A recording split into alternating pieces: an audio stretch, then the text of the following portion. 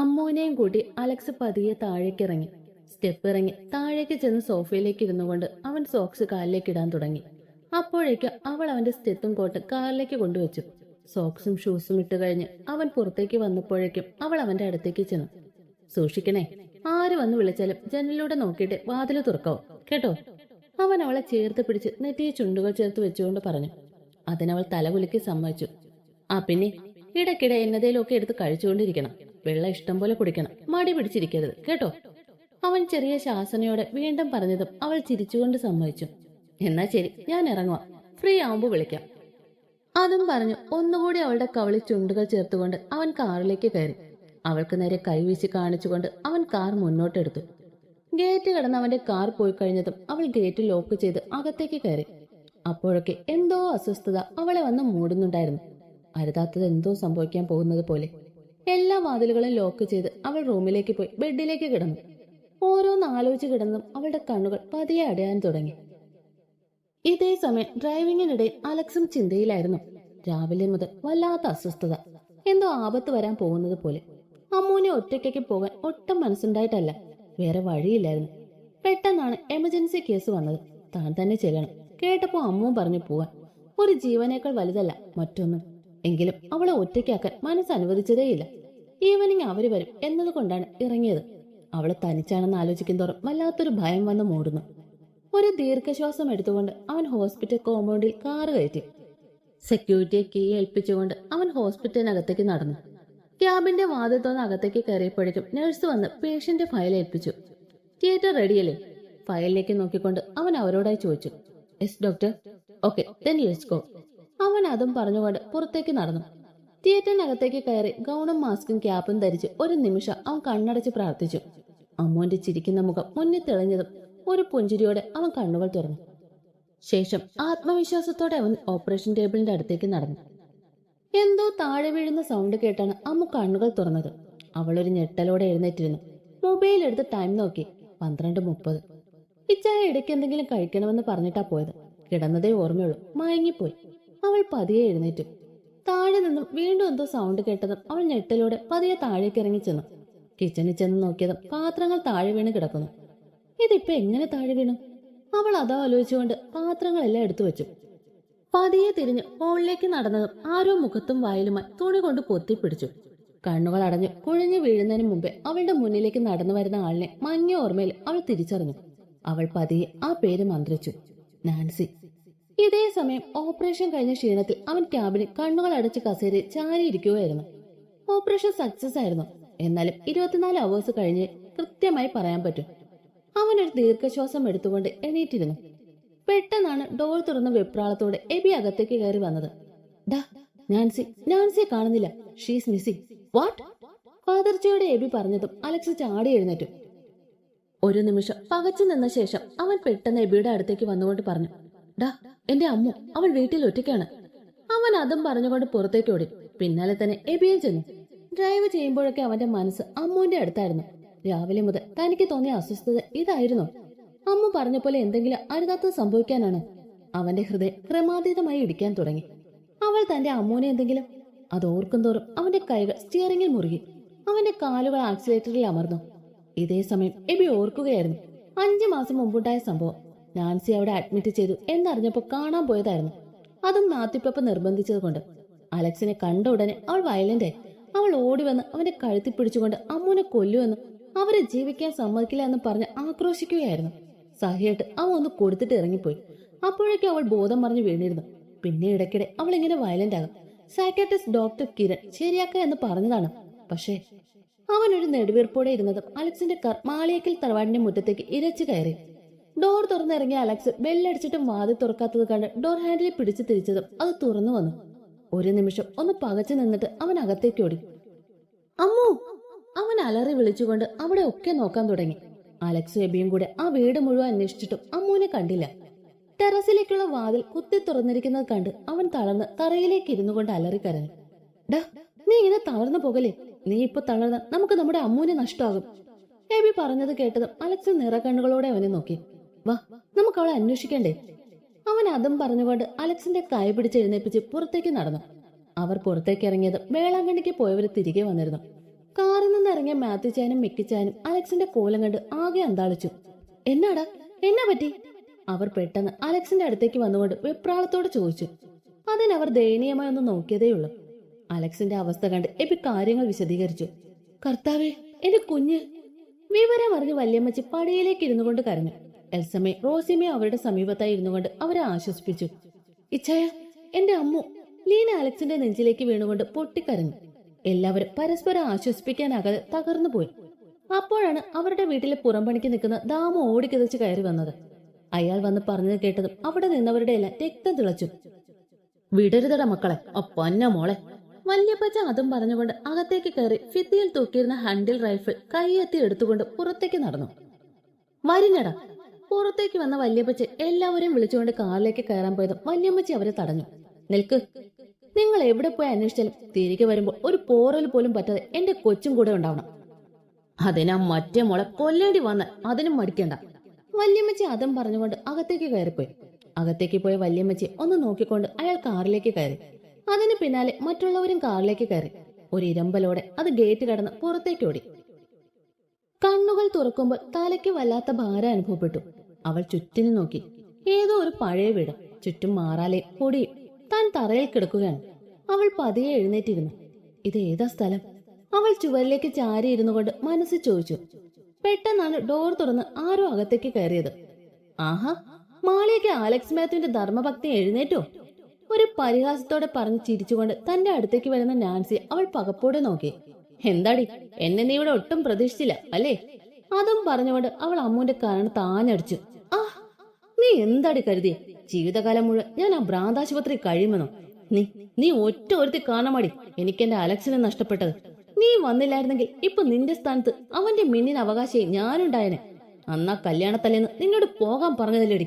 അപ്പൊ നീ ഓരോ ഷോ കാണിച്ച് എന്റെ പ്ലാൻ മൊത്തം കുളവാക്കി. ഇനി നിന്നെ ഞാൻ വെറുതെ വിടില്ല.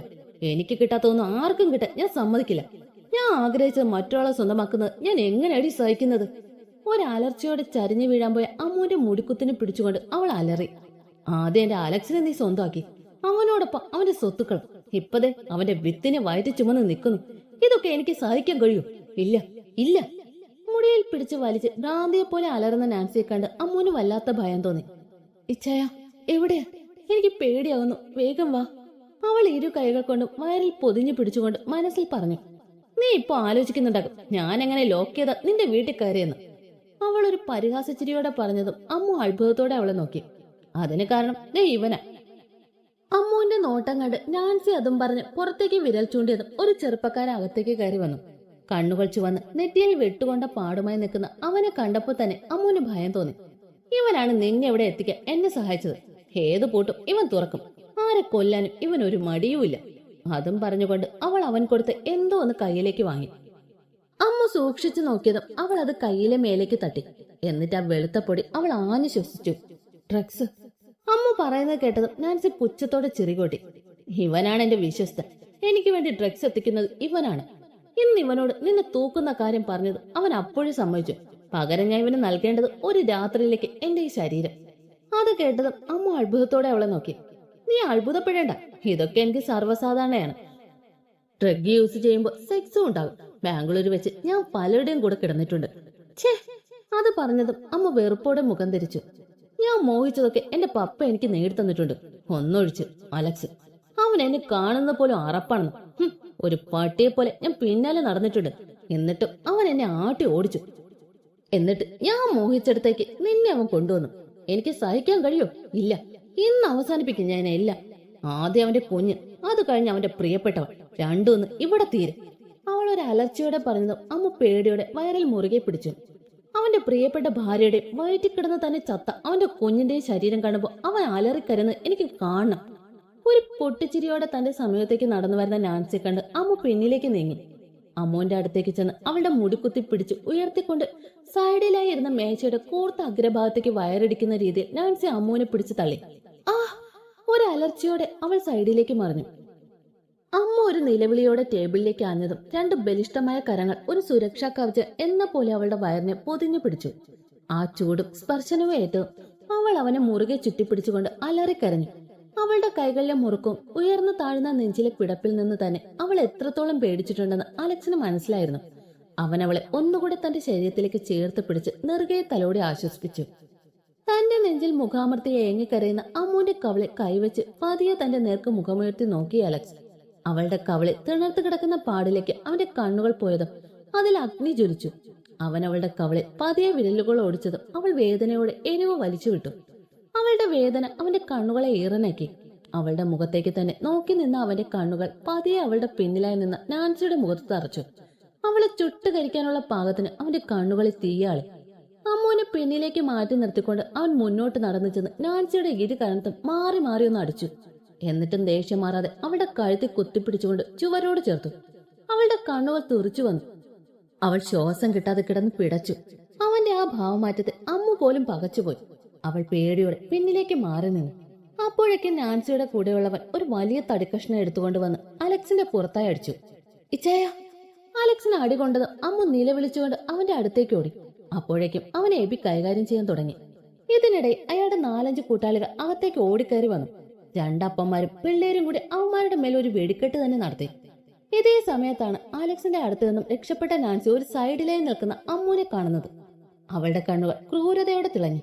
ഇല്ലടി, എന്നെ തോൽപ്പിച്ചിട്ട് നീ അങ്ങനെ സന്തോഷത്തോടെ ജീവിക്കണ്ട, അവൾ പകയോടെ പറഞ്ഞുകൊണ്ട് അടുത്ത് കിടന്ന ഇരുമ്പ് തണ്ട് കയ്യിലേക്ക് എടുത്തു.